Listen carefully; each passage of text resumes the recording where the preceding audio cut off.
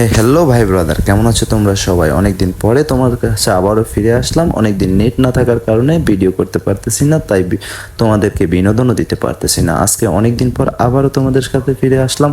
আর আজকে রওনা হলাম আমি ভোলার উদ্দেশ্যে। আর ভোলা কেন যাচ্ছি, কি কারণে যাচ্ছি, সব কিছু তোমাদের সাথে শেয়ার করব। চলো, পথ চলতে চলতেই তোমাদের সাথে কথা বলি। সকালবেলা যখন গাড়ি নিয়ে বাইর হইলাম তখন দেখি বৃষ্টি, আর বৃষ্টির কারণে গাড়ি নিয়ে বাইর হইতে পারি নাই। সকালবেলা বাজারে আইসা একটা অটো নিয়ে বাইর হইলাম। এখন এখান থেকে আমি যাব গজারিয়া। গজারিয়া আমার এক ফ্রেন্ড আমার জন্য অপেক্ষা করতেছে, ওকে নিয়ে আমি ভোলায় যাব।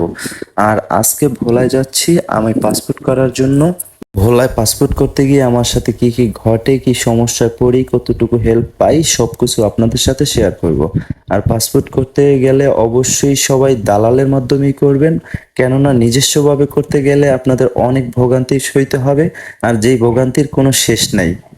ভোগান্তি কেন বললাম, যখন আপনার একটা কাগজের সমস্যা থাকবে তখন ওই দালালি সে নিজস্বভাবে, যেহেতু আপনার কাছে টাকা খাইবে, সেই জন্য নিজস্বভাবেই সে সকল কাজ করবে। আর যদি ধরেন আপনি দালালের মাধ্যমে না করেন, নিজস্বভাবে করেন, তাহলে আপনার যদি কোনো কাগজের প্রবলেম থাকে তাহলে নিজস্বভাবেই ভোলা যায়, অনেক দৌড়ে অনেক পরিশ্রম করতে হয়।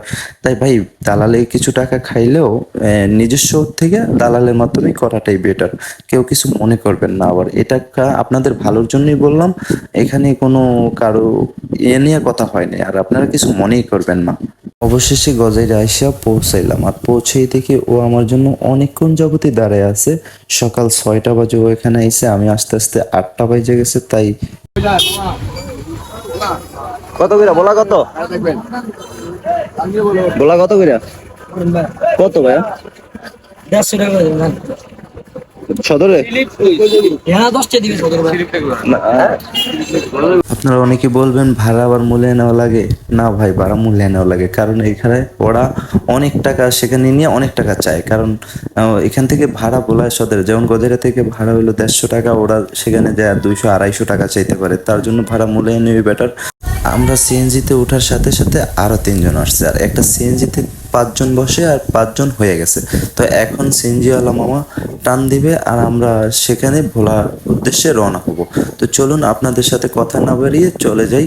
আর আপনার দেখতে দেখতে আমরা চলে আসলাম ভোলা সদরে। ভোলা সদরে আইসা সিএনজি থেকে নামা আমরা এখন যাব পাসপোর্ট অফিসের দিকে। আর পাসপোর্ট অফিসের জন্য আমরা একটা অটো নিয়ে রওনা করলাম। আর রওনা করে দেখি ভোলা সদরের রাস্তাটা এতই চিকন যে দুই পাশের গাড়িগুলোতে জাম লাগা যায়। এই জন্যই ভোলা সদরে অনেক ভোগান্তি হয়। আর এখানে আমার সাথে এক ইউটিউবার ভাইয়ের সাথে দেখা, উনি আমার ভিডিও করতে দেখে আমাকে টাটা দিল। আপনারা কেউ যদি এই ইউটিউবার ভাইকে চেনেন তাহলে অবশ্যই তাকে মেনশন করবেন, তার নাম কমেন্টে বলে যাবে। এখন চলে যাব সোজা পাসপোর্ট অফিসে। তো চলুন, আপনাদের সাথে কথা না বেরিয়ে আপনারা দেখতে থাকুন আর আমরা পাসপোর্ট অফিসে যাই। আর আপনাদের সাথে পাসপোর্ট অফিসে কি কি ঘটে সকল কিছু অবশ্যই শেয়ার করব।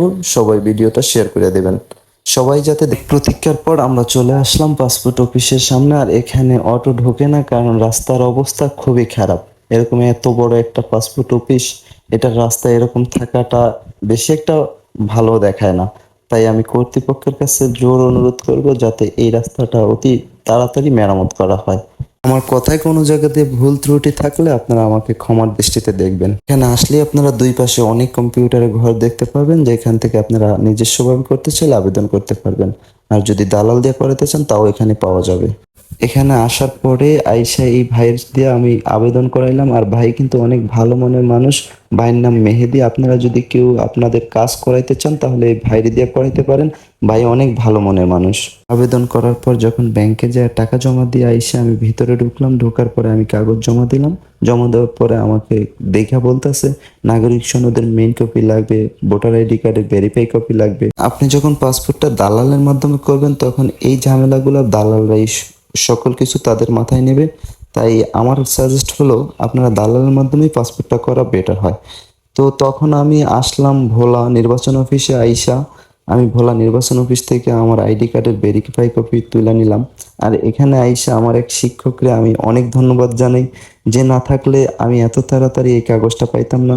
Thank you sir. অনেক প্রসেসিং এর পরে আমি আমার মূল উদ্দেশ্য হাসিল করলাম। আর এই হলো আমার সেই মূল উদ্দেশ্য, মূলধন। দেখুন, এই যে এটা আমি পাসপোর্টটা হাতে পাবো 20 তারিখ 8 মাস 2024। সকাল 6টা বাজে বলে আইস পাসপোর্ট করার জন্য, আর সেখানে আইসা অনেকক্ষণ লাগে। এখন প্রায় 4টা বাজে। 4টা বাজে আমাদের কাজ শেষ, এখন বাসার উদ্দেশ্যে রওনা হলাম। আজকের ভিডিওটা এই পর্যন্তই। সবাই ভালো থাকবেন, সুস্থ থাকবেন, আর ভিডিওটা শেয়ার করে দিবেন। ভালো লাগলে কমেন্ট করবেন। খোদা হাফেজ, সবাই ভালো থাকবেন।